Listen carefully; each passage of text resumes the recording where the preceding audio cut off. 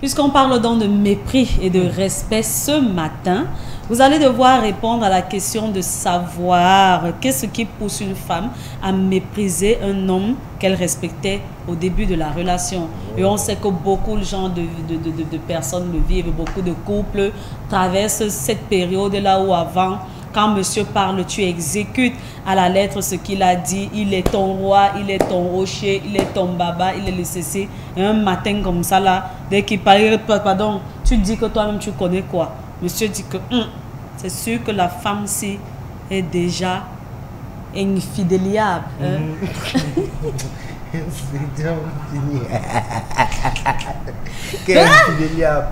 Mais comment d'un coup, ça veut dire que c'est quelqu'un dehors qui fait déjà qu'elle me manque de respect à la maison. 6, 57, 56, 41, 65. Qu'est-ce qui expliquerait le fait qu'une femme commence à avoir du mépris pour un homme qu'elle respectait auparavant? Roman Peter. This is difficult question.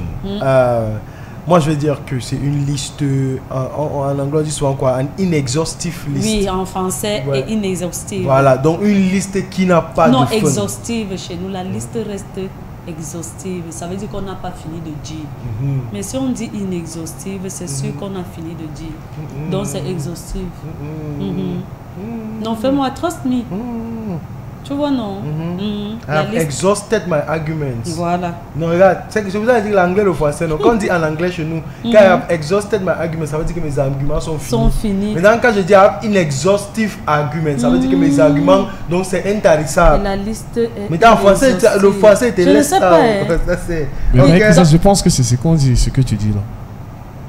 La liste est exhaustive. Ça veut dire qu'on n'a pas fini de citer oui, je pense que c'est ça. C'est ça que je dis que l'anglais et le français, il laisse le français chez elle, ok? Bon, maintenant, pour tout simplement dire qu'il y a tellement de raisons qu'on pourrait placer à ce changement de comportement envers un partenaire ou une partenaire, parce que ça part aussi dans les deux sens. Mais le premier que moi je vais mettre en exergue est la révélation. C'est vrai que ce n'est pas un problème biblique, mais ici on parle aussi de révélation. Pourquoi? Parce que quand on se met en couple avec une personne, que ce soit pour les fiançailles ou pour le mariage, il y a toujours un petit caractère là qu'on essaie de cacher. Parce qu'on veut sécuriser cette chose-là. Maintenant, quand on a sécurisé, quand on a fini de sécuriser la chose, on sort maintenant notre vrai caractère. Où on parle maintenant de révélation. Et une fille comme ça peut être une fille méprisante. Ce qui fait en sorte que demain, ce qu'elle avait pour toi au début, elle te parle déjà mal. Elle te méprise, elle t'insulte, elle te fait ceci. Parce que de base, elle a le caractère comment dire, elle a ce caractère méprisant. Ok? She has it in her. That's the first reason. Maintenant, deuxième, c'est aussi le changement du côté du partenaire. Donc, deuxième révélation. Parce que le partenaire de l'autre côté aussi peut être celui ou celle qui veut sécuriser. Et maintenant, dès que la personne a déjà sécurisé, la personne s'en fout pas mal de toi. Et maintenant, toi, ça te fait tellement mal que tu ne peux pas garder un caractère ou bien une attitude respectueuse avec cette personne. Tu commences à mépriser la personne parce que le rêve qui a été vendu au départ n'est pas le même rêve qu'on continue à te servir aujourd'hui. Troisième, maintenant, les problèmes. Je vais mettre les problèmes dans plusieurs contextes. Je vais dire les problèmes de couple. Les problèmes de couple à quel niveau? C'est bien, on le dit dans notre société africaine, il est parfois juste qu'un couple dans la chambre puisse se balancer quelques petits mots, tout un peu. Mais quand ça devient courant, le mépris s'installe. Ça c'est un fait. Quand ça devient courant, le mépris s'installe. Pourquoi? Parce que on a tout ce caractère où chaque fois qu'on se retrouve dos au mur, on a tendance à sortir nos griffes pour se défendre. C'est qui fait en sorte que dans un couple, quand la femme se retrouve dos au mur, l'homme se retrouve dos au mur, il y a des mots qui sortent. Il y a des injures qui sortent. Et comment dire, on ne porte pas vraiment ces injures à cœur, mais on les a déjà balancées. Et à force de balancer ces injures, c'est comme la balle du fusil. Dès que c'est sorti, ça ne revient pas. Et tu vas te rendre compte que un monsieur peut être taxé de X et Y qu'il n'est pas en réalité, mais il décide que comme la femme me taxe de X et Y que je ne suis pas, je le deviens alors. La femme qui a été taxée de ABC ne l'est pas et elle décide de devenir. Tu vois, et maintenant quand ces caractères se révèlent, le mépris s'installe. L'homme méprise la femme comme la femme méprise l'homme. Donc voilà le premier problème, problème de couple. Deuxième maintenant, problème de finances. Dans un couple, quand le standard de vie tombe, il est difficile pour que la femme gagne et reste respectueuse avec toi. La femme a toujours tendance à te mépriser. Maintenant, certains le font à bon escient. Ça veut dire qu'il y a une femme qui sait que si celui-ci ne l'insulte pas, si celui-ci n'était pas, ne va pas sortir pour aller chercher l'argent. Maintenant, elle devient méprisante, mais au fond, elle a de très belles intentions. Et là, je vais me poser une propre question à moi-même que est-ce que quelqu'un dans ce contexte va vraiment dire que la personne est méprisante? Parce que la personne, en fait, quand la personne sort ce caractère, c'est avec de bonnes intentions. Maintenant, il y a celle qu'elle, de son côté, elle déteste la pauvreté. Mais quand tu ramènes la femme dans ce contexte-là, elle te montre le superbe. Donc, tu as envie de montrer que la première femme, elle te méprise, mais reste admirative. Ça veut dire qu'elle continue d'avoir espoir en toi, mais elle comprend que... il faut te mépriser pour que tu avances. Oui, ça veut dire qu'on... Il faut t'insulter. On dit souvent quoi? Que les oreilles du nègre se retrouvent aux fesses. Voilà. Il faut le taper. That's the first girl. D'accord. Maintenant, la deuxième, maintenant, c'est qu'elle le fait avec l'intention. Comment dire, ses intentions ne sont pas pures. C'est la noirceur de son cœur qui fait qu'elle réagisse comme ça. Parce qu'il n'y a pas l'argent. Parce qu'à la base, c'est problème de finance. Parce qu'il n'y a pas l'argent. Et tu vas te rendre compte qu'un couple va de mal en pire. Oh my God, c'est Kisha. De mal en pire tout simplement parce que dans la relation, les finances ne donnent pas. Troisième maintenant, un garçon princesse. Parce qu'on pose la question envers le garçon. Ah oui, pardon maman, pardon maman. Un garçon princesse. Pourquoi? Parce que une femme a tendance à donner du respect à un homme qui se respecte et qui sait se faire respecter. Écoutez-moi s'il vous plaît, je suis en train de prêcher. Tout simplement pour vous dire qu'une femme, je ramène ça dans notre contexte camerounais, qu'elle part avec un homme, c'est parce qu'elle sait que l'homme, c'est mon lion, comme on dit souvent. Chaque femme cherche son lion. Et on connaît tous en tant que Camerounais le caractère qu'on donne à un homme qu'on qualifie de lion. C'est un homme que tu peux venir, tu piétines sa queue et tu t'envoies comme ça, comme une gazelle qui va passer par là, juste par tourisme. Et comment dire, le lion là va te montrer que je suis le roi de la forêt et que je porte une crinière. Raison pour laquelle la lionne peut être un peu fade parce qu'elle ne porte pas la crinière. Et c'est pas ça que je comprends. Donc, chaque femme recherche un homme, celui-là qui saura protéger la femme contre sa famille, protéger la femme contre la société. Mais ça, chaque fois, une femme, elle t'épouse, elle sait que, non, voici mon lion, un peu ta mère vient, sa mère vient, elle t'insulte, l'homme là, il regarde aussi sa mère. Dès que tu vas un peu dire à ton mari que, ah papa, comment ta mère dit que non, laisse ma mère. Un temps même, c'est la voisine qui vient te chercher les problèmes. Ton mari sait que tu as raison. Mais lui, il est là, il dit que non, les bébés, je n'ai pas la faute. Ah, le mari là, il va aller engueuler la voisine. Non, pas qu'il va aller engueuler la voisine, mais moi, je ne pas voir le mari de l'autre. Ah, ce n'est pas marié, vraiment. Non, ce n'est pas marié. Il dit à sa femme que tu donnes, elle est jalouse de notre. Non, pas forcément. Pas forcément. Ne me lâche pas le pied. Tu comprends ce que ça dit. Je te dis que puis nous qui avons grandi dans les quartiers où il n'y a même pas de la tôle qui sépare nos maisons là, on vit des choses. Oui, là, c'est. Tu vois une femme engueuler, une femme après dit que je pars dire à mon mari. Tu comprends un peu, non? C'est pour savoir. Ton mari va venir te taper, machin. Voilà. Non, moi, je suis pas dans ce cadre-là. Moi, je suis dans un cadre un peu plus respectable. Pour te dire que tu pourrais peut-être avoir, je prends un cas, un exemple pour que tu comprennes mieux. Tu peux avoir une maison, tu as une voisine. Maintenant, vos maisons, c'est étage. La voisine, maintenant, chaque fois qu'elle fait les ordures, elle jette ça de ton côté. Maintenant, toi, tu es assez passif et tu n'es pas assez passif parce qu'on connaît la femme. Tu t'enflammes à chaque fois, tu vas commencer à insulter, reprendre peut-être les ordures et mettre à la poubelle, pas forcément jeter chez elle. Ton mari voit. Tu as bon caractère, tu as bonne réaction. Mais la colère aussi, c'est la colère, c'est normal. Un mari peut se lever, il peut voir, si tu as bien dit, si la femme est mariée, il peut voir le mari de la femme que gars. Et c'est pas qui peut bagarrer. Il te voit, il peut même t'appeler autour d'une bière. Et toi, la femme, quand tu vois ton homme prendre les devants comme ça, tu es. Ça m'a dit, ça te galvanise. Tu sais que ça, c'est mon papa. Et quand il revient, il te dit que non, j'ai parlé avec son mari. Et tu te rends compte que la femme là ne jette plus les ordures. Ça te fait respecter ton mari.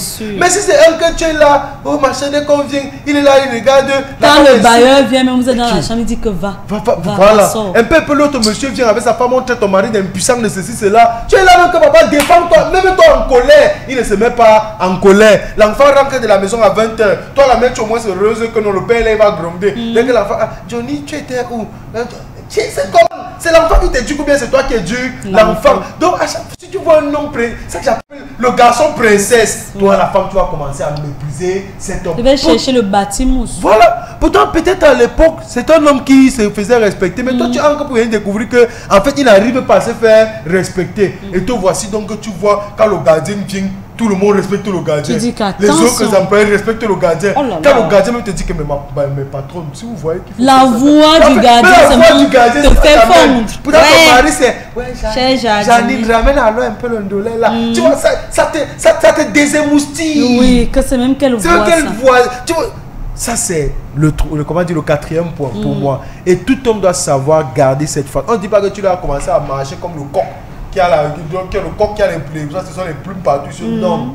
Mais au moins, fais-toi respecter et la femme va te respecter. Marie-Christelle, même dans un contexte de fille, si tu marches avec une fille, tu vois que celle-là se passe mal à tout va, tu ne peux pas respecter cette fille. Laisse-moi te dire que non. Tu n'as pas peut-être un caractère méprisant, mais tu vas devenir méprisante avec cette personne.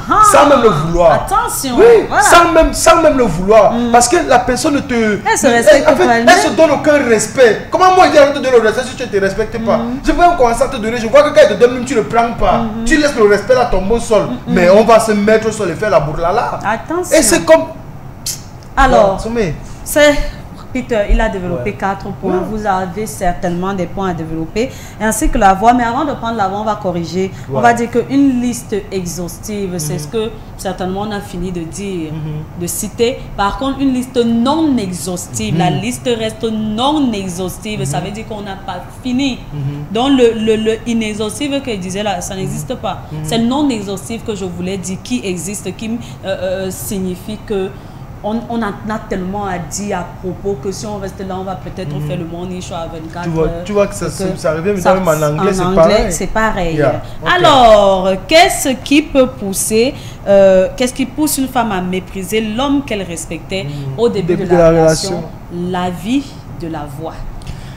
Marie-Christelle, ça va être bizarre que puis tu as déjà tout dit, tu vois. Et là, c'était franchement des points vraiment très essentiels, tu vois. Côté finance, côté présence aussi, et la personne. Donc, il a cité vraiment les points. Pour moi, je prends les 3 points. C'est les 3 points là, pour moi, c'est vraiment ça qui fait en sorte qu'on puisse te manquer de respect, boire des biens et respecter plus tard. Parce que quand tu peut-être au début d'une relation que c'est toi qui joues toujours l'amoureux, tu joues l'amoureux et c'est ça, elle avait besoin de l'amour, l'affection là. Maintenant après 2 ans, 2 mois, après toi tu n'es plus toi romantique. Les choses que tu faisais avant, tu ne fais plus. Franchement, le mépris commence à s'installer parce que soit elle va penser que tu... Oh, c'est bien. Parce que non, excusez-moi, je pas juste cette parenthèse, tu vois. Voyez. Parce que regarde, Miss Christelle, la femme Bamileke, elle connaît Vous voyez. La femme ça ne tolère pas. Dès que tu piques son doigt, elle te pique en retour. Quand on va parler maintenant, ils vont envoyer les messages que wow, Marie-Christelle, comment tu peux dire que parce qu'en réalité, la femme qui veut atteindre son objectif sans vraiment ouvrir les yeux et te gronder un jour, c'est la femme Bamileke. Elle sous pas. Dès que vous êtes mariés, là, tu vois le vrai cœur. Alors que nous, si, on n'est pas comme ça. Dès le début, on te montre nos vrais visages. La seule chose qu'on te montre pas les 2 premiers mois de la relation, c'est qu'on aime l'argent. C'est tout. Le reste là, dès que ça a fait un genre. Donc, c'est sans vraiment intention tribaliste. Mais il fallait quand même que je me défende. Vraiment. La voix continue. Si vous aviez entendu Peter. Et c'était pour que tu parles. J'étais de disant que côté affection, tu vois. Au début de la relation, tu montres c'est toi, Roméo, que les pots de fleurs, les sorties, la glace, tout. Une fois que tu as mis le dos au sol, comme on dit souvent au quartier, c'est toi qui joues maintenant le bad boy. Tu vois, franchement, ça montre le désintéressement de la copine, tu vois. Ça veut dire que elle va se sentir peut-être que tu l'aimes plus parce que tu as atteint ton objectif, tu vois. Le mépris commence à s'installer. Soit elle va penser que tu vois déjà une autre fille, tu vois un peu. Donc, le côté là, c'est un point. Mais le côté finance. Côté finance, où tu arrives, tu joues le bad boy, qui est celui, le friqué. Tu donnes l'argent à tout ce qu'elle tu résous tous ces problèmes. À un moment, tu stoppes. En fait, tu ne donnes plus. Ça devient un problème parce que peut-être la fille, elle a trouvé en toi sa banque. Donc, du coup, tu n'es plus une banque, tu es peut-être une microfinance. Donc, du coup, c'est plus porte-monnaie magique. C'est plus la même chose. Donc, du coup, voilà encore un autre problème. Donc, la personnalité aussi, la personnalité, c'est que peut-être tu peux être bipolaire. On n'arrive pas à te cerner, tu vois. Au début, tu étais déjà attentif, mais maintenant, quand on te dit seulement un petit truc là, tu as changé d'humeur, tu deviens rageux. Donc, pour moi, voilà les 3 points. Donc, alors, est-ce que le fait de vous voir aussi nu ne compte pas? Parce que on va peut-être citer ce que la voix, c'était ce que Roman Peter a cité, mais on connaît aussi des couples où financièrement ils sont stables, ils ont des enfants, même peut-être qui sont déjà hors du pays. Vous savez qu'on voit un peu ça comme un critère de réussite. Vous avez déjà construit et peut-être vous avez même d'autres projets. Mais madame trompe monsieur avec le jardinier. Je ne sais pas si, est-ce que le fait qu'un homme se lâche quand il est sur une femme, par exemple, parce qu'on sait aussi qu'au tout début des relations, Roman Peter n'est pas lui. Roman Peter est le genre gogo, que même si ça vient comment, tu ne vois pas comment sa face devient vrai. Est-ce que le fait donc de voir monsieur sous cette position-là ne pourrait pas être aussi l'une des causes dans les couples où pratiquement on a l'impression que tout va bien? Je vais te dire que j'ai bien dit, c'est une liste non exhaustive. Oui. Parce que l'autre là compte aussi beaucoup. Ok? Tu ne montres pas à une femme une capacité que tu ne peux pas maintenir sur le long terme. Elle va te mépriser à un niveau. Voilà. Tu sais un peu. Ce qui fait en sorte que là-bas, homme qui ne sait pas que la température que tu mets, ça doit continuer à augmenter jusqu'à ce qu'elle-même confirme que la vie a dit que celui-ci ne peut plus arriver à ce niveau. Ça, tu comprends? Là, c'est la vieillesse.